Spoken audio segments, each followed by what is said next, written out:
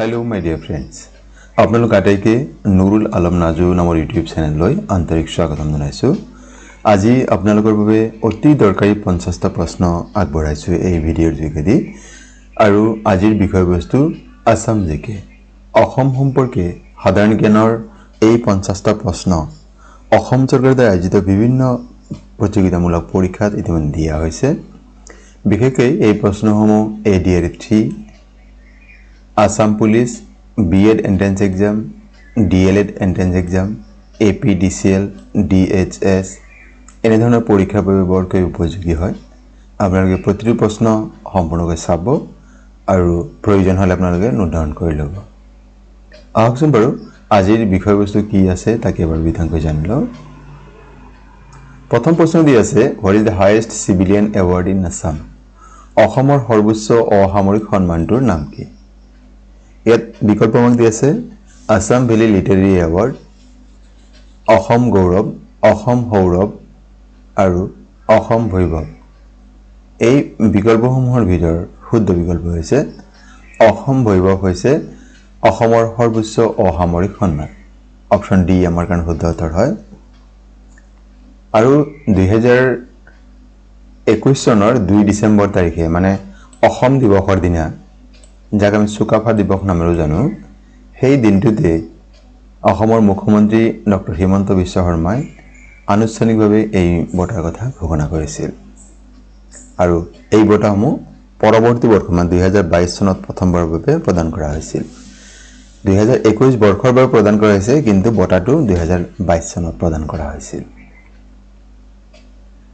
আমাক পৰীক্ষা দিব পাৰে যে অসমৰ যিখিনি অসামৰিক সন্মান আছে সেইকেইটা কি কি? অসম বৈভৱ হৈছে highest civilian award, second highest civilian award হৈছে অসম সৌৰভ আৰু থাৰ্ড হাইয়েষ্ট চিভিলিয়ান এৱাৰ্ড হৈছে অসম গৌৰৱ। গতিকে আপুনি তালিকাটো মনত ৰাখিব। হাইয়েষ্টটো বেছিকৈ দিয়া থাকে বা আপোনাক দিব পাৰে এই তিনিটাৰ উপৰি অন্য এটা দিব যে নিম্নলিখিত কোনটো অসমৰ অসামৰিক সন্মানৰ তালিকাত নাই। অসম বৈভৱ কি থাকে আচলতে চাওক এই বঁটাটিৰ বিষয়ে আমি অলপ কৈছোঁ। অসম বৈভৱ অসমৰ জাতীয় জীৱনলৈ আগবঢ়োৱা বৰঙণিৰ বাবে অসম চৰকাৰে প্ৰদান কৰা সৰ্বোচ্চ অসামৰিক সন্মান। 2021 বৰ্ষৰ পৰা এই বঁটা প্ৰদান কৰা হৈছে। এই বঁটাৰ সন্মুখৰ ফালে হোলোং গছৰ পাতৰ ওপৰত জাপিৰ চিত্ৰৰ লগত অসম বৈভৱ অসমীয়া লিপিত শুদ্ধ কৰা আছে। এইটো চাওক ইয়াতে কি আছে অসমীয়াত লিখা আছে অসম বৈভৱ আৰু ইফালে আছে জাপি আৰু পিছফালে ভাৰতৰ ৰাষ্ট্ৰীয় প্ৰতীকৰ সৈতে অসমীয়া লিপিৰে অসম চৰকাৰ খোদিত কৰা হৈছে। ইয়াতে কি আছে অসম চৰকাৰ লিখা আছে ইয়াতে এইখিনি। আৰু এই বঁটা এতিয়া কোনে কোনে লাভ কৰিছে তাৰে তালিকা দি আমি জানি লওঁ। 2024 চনলৈকে তাৰমানে 2024 চনত যিটো বঁটা প্ৰদান কৰা হৈছে এতিয়া 25তহে দিয়া হৈছে। প্ৰথমবাৰ প্ৰদান কৰিছে 2021 বৰ্ষৰ বাবে ৰতন টাটা ছ'চিয়েল ছাৰ্ভিচ শিতানত। দ্বিতীয় বছৰ দিয়া হৈছিল ডক্টৰ তপন শইকীয়া স্বাস্থ্য সেৱাৰ জনসেৱা। তৃতীয়বাৰ দিয়া হৈছিল ৰঞ্জন গগৈ আইন আৰু ন্যায় ব্যৱস্থা আৰু চতুৰ্থবাৰ মানে শেষৰবাৰ এতিয়ালৈকে ৰাণা প্ৰতাপ কলিতা তেখেতক জনসেৱা বা পাব্লিক ছাৰ্ভিচ এই শিতানত প্ৰদান কৰি অহা হৈছে। গতিকে প্ৰথমবাৰৰ বাবে এই প্ৰশ্নটো বহুতবাৰ ADR বা অন্যান্য পৰীক্ষাত দিয়া আছে। এই বছৰ আমাক এতিয়ালৈকে মানে 2024 বৰ্ষৰ বাবে কোনজন ব্যক্তিক প্ৰদান কৰা হৈছে সেই নামটি দিব পাৰে। গতিকে তালিকাটি নোট ডাউন কৰি ল'ব। পৰৱৰ্তী প্ৰশ্ন name the first Assamese to win the Jnanpith award. Jnanpith বঁটা বিজয়ী প্ৰথম অসমীয়াৰ নাম কি? ইয়াত যিখিনি বিকল্প দি আছে তাৰ শুদ্ধ বিকল্প হ'ব ডক্টৰ বীৰেন্দ্ৰ কুমাৰ ভট্টাচাৰ্য। কেতিয়া প্ৰদান কৰিছিল তেখেতক? 1979 চনত তেখেতৰ গ্ৰন্থ মৃত্যুঞ্জয় যিখন আছে সেই গ্ৰন্থৰ বাবে তেখেতক 1979 চনত জ্ঞানপীঠ বঁটা প্ৰদান কৰিছিল। তেখেতে যে জ্ঞানপীঠ বঁটা লাভ কৰা প্ৰথমগৰাকী অসমীয়া। অন্য এটা প্ৰশ্ন দিব পাৰে যে জ্ঞানপীঠ বঁটা লাভ কৰা প্ৰথম অসমীয়া মহিলা, তেন্তে উত্তৰ হ'ব ডক্টৰ মামণি ৰয়ছম গোস্বামী। পৰৱৰ্তী প্ৰশ্ন name the largest district of Assam in terms of area. মাটিকালি ফালৰ পৰা অসমৰ বৃহত্তম জিলাখনৰ নাম কি? কাৰ্বি আংলং, কামৰূপ ৰুৰেল, নগাঁও, ধুবুৰী। শুদ্ধ উত্তৰ হৈছে কাৰ্বি আংলং। পৰৱৰ্তী প্ৰশ্ন during whose reign Hiuen Tsang visited Assam Hiuen Tsang আছিল চীনা পৰিভ্ৰজক চীন দেশৰ পৰা আহিছিল তেওঁ কোনজন শাসকৰ দিনত অসমলৈ আহিছিল বিকল্প দিছে সমুদ্ৰ বৰ্মন পুষ্য বৰ্মন নৰনাৰায়ণ ভাস্কৰ বৰ্মন শুদ্ধ উত্তৰ হৈছে ভাস্কৰ বৰ্মনৰ দিনত তেখেতে অসম ভ্ৰমণ কৰিছিল বৰ্মন বংশৰ অন্তিমগৰাকী শাসক কুমাৰ ভাস্কৰ বৰ্মনৰ দিনত হিউৱেন চাঙে অসম ভ্ৰমণ কৰিছিল Chaklong is the traditional marriage system of Chaklong বিবাহ পদ্ধতি নিম্নলিখিত কোন জনগোষ্ঠীৰ লগত জড়িত গাৰোসকল আহোমসকল ৰাভাসকল দেউৰীসকল শুদ্ধ উত্তৰ হৈছে চকলং হৈছে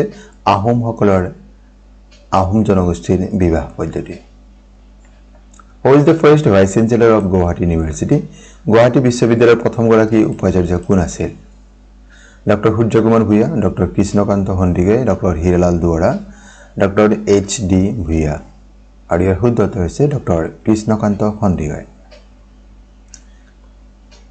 আৰু গুৱাহাটী ইউনিভাৰ্চিটি হৈছে উত্তৰ পূৰ্বাঞ্চলৰ প্ৰথমটি ইউনিভাৰ্চিটি আৰু ইয়াক স্থাপন কৰা হৈছিল 1948 চনত আৰু যদি প্ৰশ্ন হয় যে গুৱাহাটী বিশ্ববিদ্যালয়ৰ বৰ্তমানৰ উপাচাৰ্য কোন তেন্তে উত্তৰ হ'ব doctor Nanigopal Mahanta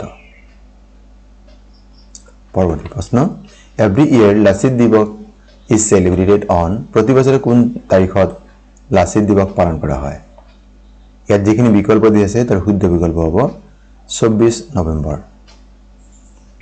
Question number 8 World's oldest tea research institute is located in Assam This institution is located at বিশ্বৰ আটাইতকৈ পুৰণি চাহ গৱেষণা কেন্দ্ৰ অসমত আছে ই ক'ত অৱস্থিত মৰাণ ডিব্ৰুগড় ঢেকিয়াজুলি শোণিতপুৰ গণেশগুৰি কামৰূপ মেট্ৰ' টোকলাই যোৰহাট শুদ্ধ উত্তৰ হৈছে টোকলাই যোৰহাট যোৰহাট জিলাৰ টোকলাই চহৰত বিশ্বৰ আটাইতকৈ পুৰণি চাহ গৱেষণা কেন্দ্ৰ আছে আৰু ইয়াৰ নাম টোকলাই টি ৰিচাৰ্চ ইনষ্টিটিউট আৰু ইয়াক 1911 চনত স্থাপন কৰা হৈছিল Who gave the Kolaguru title to Vishnu Rava? Vishnu Rava কোনে Kolaguru উপাধি প্ৰদান কৰিছিল বিকল্প হৈছে ডক্টৰ ৰাজেন্দ্ৰ প্ৰসাদ ডক্টৰ সৰ্বপল্লী ৰাধাকৃষ্ণন জৱাহৰলাল নেহৰু মহাত্মা গান্ধী শুদ্ধ উত্তৰ হৈছে doctor Sarvepalli Radhakrishnan Vishnu Prasad Rava was awarded the Kolaguru by Sarbapalli Radhakrishnan at Varanasi in 1939 for his mesmerizing Tandav dance of Lord Shiva. Samankan festival is celebrated by which tribal community of Assam? Samankan উৎসৱ কোন সম্প্ৰদায়ৰ লোকে উদযাপন কৰে ঠেঙাল কছাৰী কাৰ্বি চাহ জনজাতি সোণোৱাল কছাৰী শুদ্ধ উত্তৰ হৈছে কাৰ্বি লোকসকলে সমাংকন উৎসৱ পালন কৰে Which district of Assam has the highest number of tea gardens? অসমৰ কোনখন জিলাত সৰ্বাধিক সংখ্যক চাহ বাগিচা আছে শোণিতপুৰ তিনিচুকীয়া ডিব্ৰুগড় যোৰহাট ইয়াৰ শুদ্ধ উত্তৰ হৈছে ডিব্ৰুগড় জিলাত সৰ্বাধিক সংখ্যক চাহ বাগিচা আছে The lychee of which place of Assam got geographical indication GI tag for the first time অসমৰ কোন ঠাইৰ লিচুৱে সৰ্বপ্ৰথমে ভৌগোলিক চিহ্ন স্বীকৃতি লাভ কৰে ডিব্ৰুগড় তেজপুৰ গোৱালপাৰা যোৰহাট শুদ্ধ উত্তৰ হৈছে তেজপুৰ চহৰৰ লিচুৱে GI tag লাভ কৰিছে 13 question number Which Satra of Assam is famous for mask making অসমৰ কোনখন সত্ৰ মুখা শিল্পৰ বাবে বিখ্যাত আউনিয়াটি সত্ৰ দক্ষিণপাট সত্ৰ কমলাবাৰী সত্ৰ সামগুৰি সত্ৰ শুদ্ধ উত্তৰ হৈছে সামগুৰি সত্ৰ What is the state animal of Assam অসমৰ ৰাজ্যিক জন্তু কি হৰিণ সোণালী বান্দৰ হাতী এশিঙীয়া গড় শুদ্ধ উত্তৰ হৈছে এশিঙীয়া গড় আৰু যদি কোৱা হয় the national animal of India তেন্তে উত্তৰ হ'ব ৰয়েল বেংগল টাইগাৰ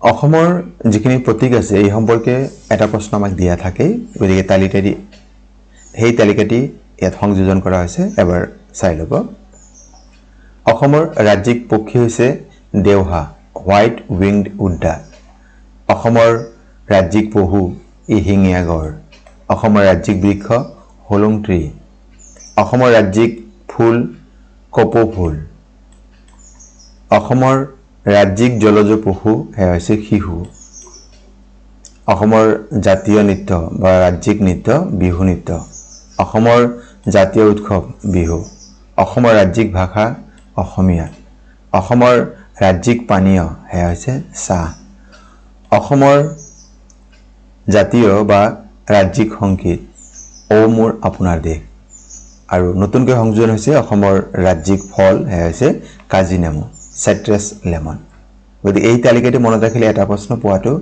নিশ্চিত পৰৱৰ্তী প্ৰশ্ন how many Ramsar sites are there in Assam অসমত মুঠ কিমানটা ৰামছাৰ ক্ষেত্ৰ আছে ইয়াৰ শুদ্ধ উত্তৰ হৈছে এটা ৰামছাৰ ক্ষেত্ৰ আছে আৰু হেয়া হৈছে দীপৰ বিল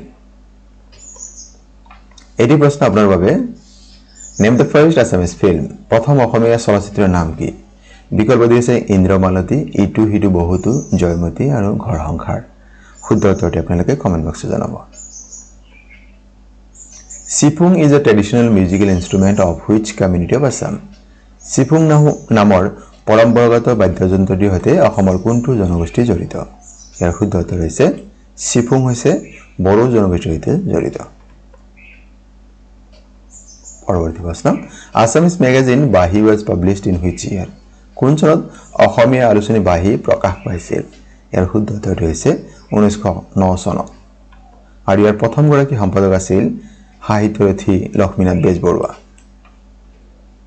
এই আলোচনী 1909 চনৰ পৰা 1946 চনলৈকে প্ৰকাশিত হৈ আছিল Which day is celebrated as Obirisi Sports Day in Assam অসমত কোন তাৰিখে অভিৰুচি ক্ৰীড়া দিৱস পালন কৰা হয় প্ৰশ্নটো বহুত দৰকাৰী হয় ইয়াৰ শুদ্ধ উত্তৰ হৈছে 3 ছেপ্টেম্বৰ তাৰিখে কোনজন ব্যক্তিৰ জন্মদিন অভিৰুচি ক্ৰীড়া দিৱস হিচাপে পালন কৰা হয় ভোগেশ্বৰ বৰুৱা এছিয়ান গেমছত সোণৰ পদক বিজয়ী প্ৰথম অসমীয়া ভোগেশ্বৰ বৰুৱা তেখেতৰ জন্ম হৈছিল 1940 চনৰ 3 ছেপ্টেম্বৰ তাৰিখে আৰু তেখেতে অৰ্জুন বঁটা লাভ কৰা প্ৰথম গৰাকী অসমীয়া আৰু তেখেতৰ জন্মদিনটো অসমত অভিৰুচি ক্ৰীড়া দিৱস হিচাপে পালন কৰি অহা হৈছে Who among the following is known as Iron Man of Assam নিম্নলিখিত কোন গৰাকী ব্যক্তিক অসমৰ লৌহ পুৰুষ বুলি জনা যায় আমি যে কওঁ যে আইৰন ম্যান অফ ইণ্ডিয়া তেন্তে সৰ্দাৰ বল্লভভাই পেটেল ইয়াত প্ৰশ্ন হৈছে অসমৰ লৌহ পুৰুষ বুলি কাক জনা যায় ইয়াত বিকল্প যিখিনি দিয়া আছে তাৰ শুদ্ধ বিকল্প হ'ব বিষ্ণুৰাম মেধি গোপীনাথ বৰদলৈৰ ঠিক পিছতে মানে অসমৰ দ্বিতীয় গৰাকী মুখ্যমন্ত্ৰী আছিল বিষ্ণুৰাম মেধি আৰু তেখেতক আইৰন ম্যান অফ আসাম নামেৰে জনা যায় how many world heritage sites are there in Assam অসমত মুঠ কিমানটা বিশ্ব ঐতিহ্য ক্ষেত্ৰ আছে ইয়াৰ শুদ্ধ উত্তৰটি হ'ব 3টা বৰ্তমান সময়ত 3টা আছে তাৰ দুটা হৈছে কাজিৰঙা নেশ্যনেল পাৰ্ক আৰু মানস নেশ্যনেল পাৰ্ক এই দুটা প্ৰথমতে আছিল আৰু শেহতীয়াকৈ চৰাইদেউ মৈদাম ইয়াক 2024 চনত বিশ্ব ঐতিহ্য ক্ষেত্ৰৰ তালিকাত স্থান দিয়া হৈছে আৰু এই তালিকাটি ঘোষণা কৰে ইউনেস্কো পৰৱৰ্তী প্ৰশ্ন In terms of population name the largest tribal group of Assam জনসংখ্যাৰ ফালৰ পৰা অসমৰ বৃহত্তম জনগোষ্ঠীটোৰ নাম কি কাৰ্বি মিচিং ৰাভা আৰু বড়ো শুদ্ধ উত্তৰ হৈছে বড়োসকল হৈছে বৃহত্তম জনগোষ্ঠী আৰু দ্বিতীয় বৃহত্তম জনগোষ্ঠী হৈছে মিচিং আৰু মিচিংসকলক ঐতিহাসিকভাৱে মিৰি বুলি জনা হৈছিল Which city is known as cultural capital of Assam অসমৰ কোনখন চহৰক সাংস্কৃতিক ৰাজধানী নামেৰেও জনা যায় বা কোনখন চহৰক অসমৰ সাংস্কৃতিক ৰাজধানী নামেৰে জনা যায় যোৰহাট ডিব্ৰুগড় শিৱসাগৰ তেজপুৰ শুদ্ধ উত্তৰ হৈছে Jorhat On 20th September 1942 Martyr Konaklata Borua and Mukunda Kakuti were killed by police at which place of Assam 1942 চনৰ 20 ছেপ্টেম্বৰত শহীদ কনকলতা বৰুৱা আৰু মুকুন্দ কাকতিক অসমৰ কোন স্থানত আৰক্ষীয়ে গুলিয়াই হত্যা কৰিছিল ইয়াৰ শুদ্ধ উত্তৰটি হৈছে গহপুৰত আৰু দিব পাৰে কোনটো আন্দোলনৰ সময়ত তেন্তে উত্তৰ হ'ব কুইট ইণ্ডিয়া মুভমেণ্ট ভাৰত ত্যাগ আন্দোলনৰ সময়ত এক শৰণ নাম ধৰ্ম was established by Srimanta Sankardev during the reign of which king কোন গৰাকী ৰজাৰ দিনত মহাপুৰুষ শ্ৰীমন্ত শংকৰদেৱে এক শৰণ নাম ধৰ্ম প্ৰতিষ্ঠা কৰিছিল বিশ্বসিংহ পুষ্যবৰ্মন ভাস্কৰ বৰ্মন নৰনাৰায়ণ শুদ্ধ উত্তৰ হৈছে ৰজা নৰনাৰায়ণৰ দিনত মহাপুৰুষ শ্ৰীমন্ত শংকৰদেৱ তেখেতে 1449 চনত নগাঁও জিলাৰ বৰদোৱাত জন্ম লাভ কৰিছিল আৰু 1568 চনত তেখেতে বৈকুণ্ঠ প্ৰয়াণ হৈছিল মধুপুৰ সত্ৰ কোচবিহাৰৰ ভেলাডঙ্গাৰ মধুপুৰ সত্ৰত তেখেতে ইহলীলা সম্বৰণ কৰিছিল Question 25 Assam shares its maximum interstate boundary with which state অসমে কোনখন ৰাজ্যৰ সৈতে সৰ্বাধিক আন্তঃৰাজ্য সীমা স্পৰ্শ কৰি আছে মেঘালয়ৰ সৈতে ইয়াত সব অন্যটা প্ৰশ্ন দিব যে অসমে ভাৰতৰ কিমানখন ৰাজ্যৰ সৈতে সীমা চুই আছে উত্তৰ হ'ব 7খন সেই 7খন কি আছে এবাৰ জানি লও মেঘালয় অৰুণাচল প্ৰদেশ নাগালেণ্ড মণিপুৰ মিজোৰাম ওয়েস্ট বেংগল এণ্ড ত্ৰিপুৰা আটাইতকৈ বেছি সীমা চুই আছে মেঘালয়ৰ সৈতে 884.9 কিলোমিটাৰ আৰু আটাইতকৈ কম সীমা চুই আছে ত্ৰিপুৰাৰ সৈতে 46.3 কিলোমিটাৰ এই তালিকাটিত আপোনাক দিয়া আছে দ্বিতীয় স্থানত আছে অৰুণাচল প্ৰদেশ তাৰপিছত নাগালেণ্ড মণিপুৰ মিজোৰাম ওয়েস্ট বেংগল পৰৱৰ্তী প্ৰশ্ন What is the literacy rate of men in Assam as per 2011 census 2011 চনৰ লোকপিয়ল মতে অসমত পুৰুষৰ শিক্ষিতৰ হাৰ কিমান ইয়াৰ শুদ্ধ উত্তৰটো হৈছে 77.85% ইয়াত চাওক ভাৰতৰ শিক্ষিতৰ হাৰ মানে 2011 চনৰ লোকপিয়ল মতে 74.04% তাৰে পুৰুষৰ শিক্ষিতৰ আছিল 82.14 আৰু মহিলাৰ আছিল 65.46 আৰু সৰ্বোচ্চ শিক্ষিত ৰাজ্য আছিল কেৰালা এই ৰিপোৰ্ট কি আমি কি কৈছো 2011 চনৰ লোকপিয়ল মতে আৰু লোয়েষ্ট আছিল বিহাৰৰ 61.80 এটা অসমৰ ক্ষেত্ৰত জানি লও যে 2011 চনৰ লোকপিয়ল মতে অসমৰ শিক্ষিতৰ হাৰ আছিল 72.19 ইয়াৰে পুৰুষৰ আছিল 77.85 যেটা আমাৰ প্ৰশ্নত সোধা হৈছিল আৰু মহিলাৰ আছিল 66.27%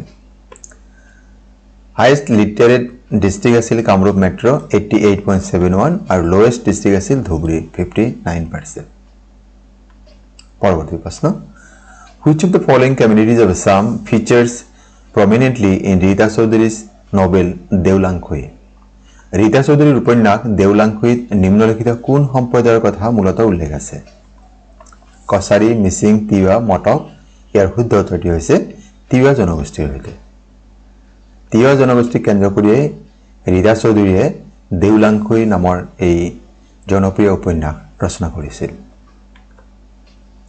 The novel Ferengadaw is based on the life of অসমৰ কোনজন ব্যক্তিৰ জীৱনৰ ওপৰত ভিত্তি কৰি ফেৰেংগাদাও নামৰ অসমীয়া উপন্যাসখন ৰচনা কৰা হৈছে ইয়াৰ শুদ্ধ উত্তৰটি হ'ব বিষ্ণুপ্ৰসাদ ৰাভা আৰু এই গ্ৰন্থখনি ৰচনা কৰিছিল মেদিনী চৌধুৰীয়ে What is the longest tributary of the Brahmaputra river Brahmaputra নদীৰ দীৰ্ঘতম উপনদীৰ নাম কি ইয়াত বিকল্প যিখিনি দিয়া আছে তাৰ শুদ্ধ বিকল্প হ'ব সোৱণশিৰি পৰৱৰ্তী প্ৰশ্ন What is the largest riverine island of the Brahmaputra river? Brahmaputra নদীৰ বৃহত্তম নদীদ্বীপৰ নাম কি? এই প্ৰশ্ন ঠাইত আপোনাক দিব পাৰে যে বিশ্বৰ বৃহত্তম নদীদ্বীপৰ নাম কি? উত্তৰ একেটাই হ'ব। উত্তৰ হৈছে মাজুলী। বিশ্বৰ সৰ্ববৃহৎ নদীদ্বীপ আৰু বিশ্বৰ ক্ষুদ্ৰতম নদীদ্বীপ দুইটা অসমতে আছে। বৃহত্তমটো বাৰু জানিলো মাজুলী বুলি আৰু ক্ষুদ্ৰতম হৈছে উমানন্দ। পৰৱৰ্তী প্ৰশ্ন Where is the police training college located in Assam? অসমৰ কোন ঠাইত আৰক্ষী প্ৰশিক্ষণ মহাবিদ্যালয় আছে? ইয়াৰ শুদ্ধ উত্তৰটো হৈছে গোলাঘাট জিলাৰ দেৰগাঁৱত আছে। Question 32 Where is Patbausi Satra and Sundaridiya Satra situated? অসমৰ কোনখন জিলাত পাটবাউসী সত্ৰ আৰু সুন্দৰীদিয়া সত্ৰ আছে? ইয়াৰ শুদ্ধ উত্তৰ হৈছে বৰপেটা জিলাত। পৰৱৰ্তী প্ৰশ্ন How many oil refineries are there in Assam? অসমত কেইটা তৈল শোধনাগাৰ আছে? ইয়াৰ শুদ্ধ উত্তৰ হৈছে বৰ্তমানলৈকে 4টা তেল শোধনাগাৰ আছে। একেৰে কি নুনমাটি নুমলীগড় বঙাইগাঁও আৰু ডিগবৈ এই 4টা হৈছে অসমৰ তেল শোধনাগাৰ। ইয়াৰে ডিগবৈ হৈছে আটাইতকৈ পুৰণি আৰু নুমলীগড় অইল ৰিফাইনাৰী যেটো আছে ইয়াক অন্য এটা নামেৰে জনাজাত হৈছে Assam accord refinery. Name the first Assamese novel based on the tribal life of Assam. অসমৰ জনজাতীয় জীৱনৰ ওপৰত ভিত্তি কৰি লিখা প্ৰথম অসমীয়া উপন্যাসৰ নাম কি? মিৰি জীয়ৰী ৰংবিলিৰ হাঁহি মাকাম প্ৰতিমা ইয়াৰ শুদ্ধ উত্তৰ হৈছে মিৰি জীয়ৰী। আৰু ইয়াৰ উপন্যাসিক হৈছে ৰজনীকান্ত বৰদলৈ আৰু তেখেতক উপন্যাস সম্ৰাট নামেৰেও জনা যায় Assam government launched মুখ্যমন্ত্ৰী নিযুত মাইনা স্কিম অন অসম চৰকাৰে কেতিয়া মুখ্যমন্ত্ৰী নিযুত মাইনা আঁচনি উদ্বোধন কৰিছে ইয়াৰ শুদ্ধ বিকল্প 2024 চনৰ 12 ফেব্ৰুৱাৰী তাৰিখে Assam government launched Arunodoi scheme on Assam চৰকাৰে কেতিয়া অৰুণোদয় আঁচনি উদ্বোধন কৰিছে ইয়াৰ শুদ্ধ উত্তৰ হৈছে 2020 চনৰ 2 অক্টোবৰ তাৰিখে The main objective of this scheme is to make women financially empowered who are designated as the head of the family. In which of the following places mask making is predominantly practiced? নিম্নলিখিত কোনটো স্থানত মুখা সজোৱা কাৰ্য প্ৰধানতাৰে চৰ্চা কৰা হয় চৰাইদেউ মাজুলী গোৱালপাৰা শদিয়া ইয়াৰ শুদ্ধ উত্তৰ হৈছে মাজুলী আমি ইতিমধ্যে পাইছোৱে মাজুলীৰ সামগ্ৰী সত্ৰ মুখা শিল্পৰ সৈতে জড়িত Question number 38 Which place of Assam is known as Manchester of Assam কোনখন ঠাইক অসমৰ মানচেষ্টাৰ বুলি জনা যায় হৰ্থেবাৰী শুৱালকুছি হাজো চৰাইদেউ শুদ্ধ উত্তৰ হৈছে শুৱালকুছিক অসমৰ মানচেষ্টাৰ বুলিও জনা যায় Question number 39 Which is the largest district of Assam in terms of population as per 2011 census 2011 চনৰ লোকপিয়ল তথ্য অনুসৰি অসমৰ সৰ্বাধিক জনবহুল জিলাখনৰ নাম কি নগাঁও কামৰূপ মহানগৰ ধুবুৰী বৰপেটা শুদ্ধ উত্তৰ হৈছে নগাঁও জিলা Jatinga famous for mass suicide of migratory birds is located in which of the following district অসমৰ কোনখন জিলাত জাতিংগা নামৰ জনপ্ৰিয় ঠাই আছে য'ত পৰিভূমি চৰাইবোৰে আত্মহত্যা কৰে বিকল্প দিছে শিৱসাগৰ ডিমা হাছাও ডিব্ৰুগড় তিনিচুকীয়া শুদ্ধ উত্তৰ হ'ব Dima Hasao Question number 41 The real name of crime thriller writer Ranju Hazarika is অপৰাধমূলক ৰোমাঞ্চকৰ কাহিনীৰ লেখক ৰঞ্জু হাজৰিকাৰ আসল নাম কি আমি নিশ্চয় ৰঞ্জু হাজৰিকা তেখেতৰ বিভিন্ন উপন্যাসসমূহ পঢ়িছো ইয়াত যিখিনি বিকল্প আছে তাৰ শুদ্ধ বিকল্প হ'ব কুমুদ চন্দ্ৰ হাজৰিকা পৰৱৰ্তী প্ৰশ্ন The only Sainik School of Assam is located in which district of Assam অসমৰ একমাত্ৰ সৈনিক স্কুলখন কোনখন জিলাত অৱস্থিত ধুবুৰী লখিমপুৰ নগাঁও গোৱালপাৰা শুদ্ধ উত্তৰ হৈছে গোৱালপাৰা জিলাত আছে গোৱালপাৰা জিলাৰ মৰনৈ নামৰ ঠাইত আছে 1964 চনত এই সৈনিক স্কুল স্থাপন কৰা হৈছিল Question number 43 Where is the headquarters of NF Railway located উত্তৰ পূব সীমান্ত ৰেলৱেৰ মুখ্য কাৰ্যালয় ক'ত অৱস্থিত ৰঙিয়া মালিগাঁও বঙাইগাঁও শিৱসাগৰ শুদ্ধ উত্তৰ হৈছে গুৱাহাটীৰ মালিগাঁৱত উত্তৰ পূব সীমান্ত ৰেলৱেৰ মুখ্য কাৰ্যালয় অৱস্থিত Question number 44 Which one district is declared the first carbon free district in Assam কোন জিলাক অসমৰ প্ৰথম কাৰ্বন মুক্ত জিলা হিচাপে ঘোষণা কৰা হয় তিনিচুকীয়া লখিমপুৰ মাজুলী কামৰূপ মহানগৰ শুদ্ধ উত্তৰ হৈছে Majuli Which of the following place is known as the tea capital of Assam কোন ঠাইক অসমৰ চাহৰ ৰাজধানী বুলি কোৱা হয় ডিব্ৰুগড় যোৰহাট শোণিতপুৰ শিৱসাগৰ শুদ্ধ উত্তৰ হৈছে Jorhat In which district of Assam is Jonbil Mela held every year? অসমৰ কোনখন জিলাত প্ৰতি বছৰে জোনবিল মেলা অনুষ্ঠিত হয় দৰং মৰিগাঁও যোৰহাট বিশ্বনাথ শুদ্ধ উত্তৰ হৈছে মৰিগাঁও জিলাত জোনবিল মেলা অনুষ্ঠিত হয় আৰু এই মেলাৰ বৈশিষ্ট্য আমি নিশ্চয় সকলোৱে জ্ঞাত যে ইয়াত বিনিময় প্ৰথা এতিয়াও চলি আছে জোনবিল মেলা is a 3-day annual indigenous Tiwa community fair held in weekend of Magh Bihu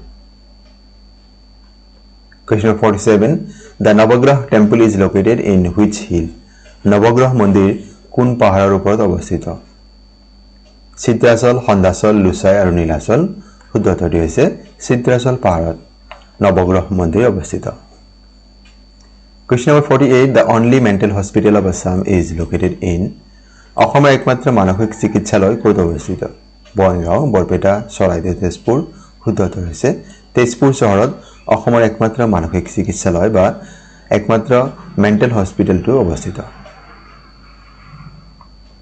Question number 49 Which among the following is the first rail cum road bridge over the Brahmaputra river in Assam? নিম্নলিখিত কোনটো ব্ৰহ্মপুত্ৰৰ ওপৰত নিৰ্মিত প্ৰথমখন rail আৰু road দলং?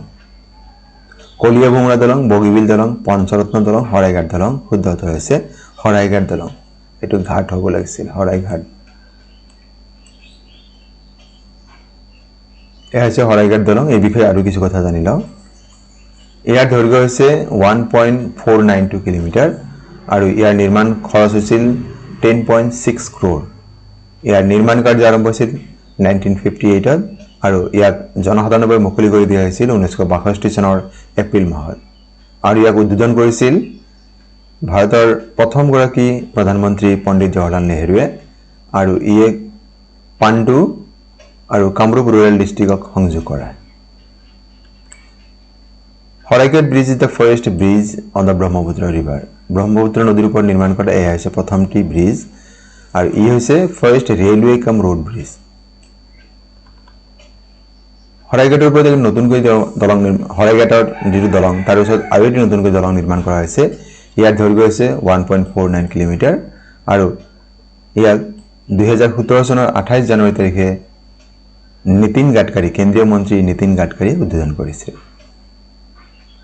Question number 50 আৰু আজিৰ এই প্ৰশ্নসমূহৰ অন্তিম প্ৰশ্ন। The Panimur waterfall is located in which district of Assam? পানীমূৰ জলপ্ৰপাত অসমৰ কোনখন জিলাত অৱস্থিত? মৰিগাঁও, ডিমা হাছাও, তিনিচুকীয়া, কাৰ্বি আংলং। শুদ্ধ উত্তৰ হৈছে ডিমা হাছাও জিলাত অৱস্থিত। মোৰ বন্ধু বান্ধৱীসকল, আজিৰ এই প্ৰশ্নসমূহ আপোনালোকে কেনে পালে? আশা কৰোঁ আপোনালোকে ভাল পাইছে। আপোনালোকে কমেণ্ট যোগে বহুতেই আমাক বিভিন্ন বিষয়ে দিহা পৰামৰ্শ দিয়ে, তাৰ কাৰণে ধন্যবাদ।